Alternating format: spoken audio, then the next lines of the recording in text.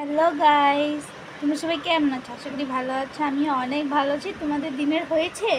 আমি জাস্ট অল্প আগে আসলাম, তো তোমাদের দাদা ভাই আজকে লেট হয়ে গেছে, তো আমাকে বললো ফোন করে ও রুটি খাবে। তো 9টা বাজে আমি আসলাম কাজ থেকে, এসে রুটি বানিয়েছি।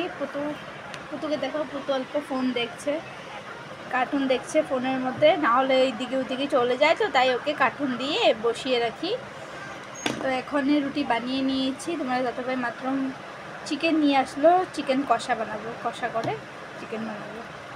এখানে রুটি বানিয়ে নিয়েছি, তেল দিয়ে বানিয়েছি, কারণ তোমার দাদাভাই তেলের রুটি খেতে ভালোবাসে, আর ড্রাই রুটিটা ভালোবাসে না, শুকনো রুটিটা ভালোবাসে না খেতে, তাই আমি সবসময় তেল দিয়েই বানাই, আর আমারও ভালো লাগে।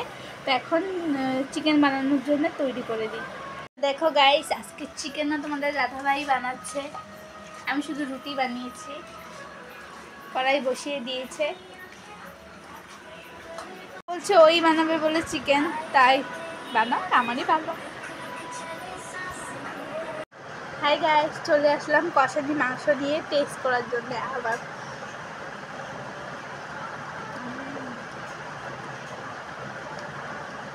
মানে অনেক ভালো লাগে গো, এরকম খেতে কারা কারা ভালোবাসো আমাকে কমেন্টে জানিও। হ্যাঁ,